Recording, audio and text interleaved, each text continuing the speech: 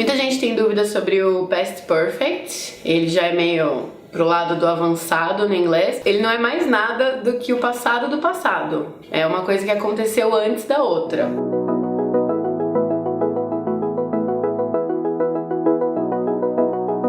Se você fica aí pensando sobre o passado, se você fica aí falando sobre o passado em inglês, quando a gente vai aprendendo vários tempos verbais, a gente vai começando a perceber que tem algumas coisas importantes de dar uma sequência no que aconteceu em inglês. Assim como em português, quando a gente vai contar uma história, a gente tem que falar o que veio antes, o que veio depois, porque muitas vezes isso é importante na história. Então, no básico do inglês, a gente aprende o presente, passado e futuro. E já dá para se comunicar muito bem com isso. Porém, conforme a gente vai estudando, chega a hora dos perfects. Chega a hora do present perfect, do past perfect, do future perfect. E hoje eu vou falar para vocês um pouquinho do past perfect, que é o passado do passado. Então, como assim? Imagina que você foi numa festa ontem à noite, você queria encontrar sua melhor amiga ou seu melhor amigo nessa festa, só que quando você chegou nessa festa, o seu amigo ou sua amiga já tinha ido embora. Então vocês não se encontraram.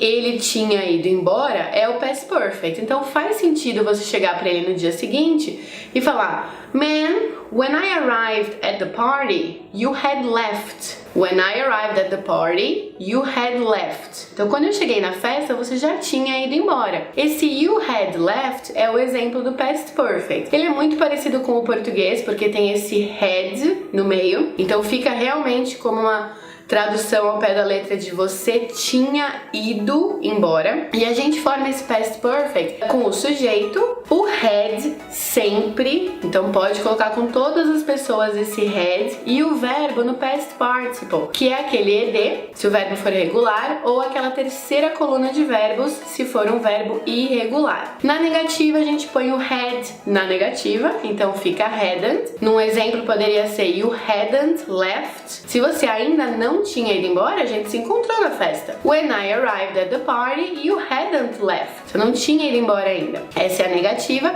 E na pergunta, se você quiser saber se essa pessoa já tinha ido embora, o had vem pra frente do sujeito. Então a gente vai ter o had, o sujeito e o verbo no past participle. A frase ficaria: Had you left when I arrived? Você já tinha ido embora quando eu cheguei? Então a estrutura ela é bem parecida com o português. Ela é uma estrutura que é super importante se você tá aí chegando no intermediário, indo pro avançado. E a gente sempre vai trabalhar, na maioria das vezes que você trabalha com o passado do passado, a gente vai trabalhar junto com uma outra frase no passado. Viu? Você reparou que nessa frase da festa tem uma frase no simple past? When I arrived. Então isso aqui aconteceu no passado, quando eu cheguei. Você já tinha ido embora. You had left. Então o que aconteceu antes do simple past leva o had com o verbo no past participle. Então normalmente em exemplos você vai ver esses dois tempos verbais em oposição. Outra coisa que é importante lembrar é que muita gente confunde o past perfect, que é esse que a gente está falando agora, com o present perfect. Se você ainda não tem isso muito claro, eu vou deixar uns links aqui embaixo de vídeos que eu falei sobre o present perfect. São bem diferentes, apesar de serem construídos quase da mesma maneira, mas o uso deles são bem diferentes. Então fica de olho nisso para você não confundir. Pratica seus exemplos, deixa tudo aqui embaixo para eu poder corrigir, a gente poder falar sobre esse assunto. Eu adoro quando vocês deixam comments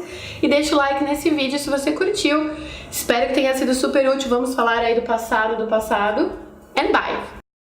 Expression of the day. A expression de hoje vem de uma música. Eu tenho essa música na minha cabeça, ela tá martelando nas playlists, no rádio e tudo mais. É da música New Rules, da Dua Lipa. Essa música fala de uma coisa muito legal, muito engraçada, que é a Dua Lipa dando 3 regras, 3 rules pra não voltar com o ex, não voltar com o seu ex. Então ela conta essas regras, explica o que você tem que fazer pra não recair no amor passado. E aí no meio dessa frase, no meio dessas frases sobre as 3 new rules, tem uma expressão que é learn by heart. Learn by heart. Essa é a expression do vídeo de hoje. E learn by heart quer dizer saber ou aprender de cor.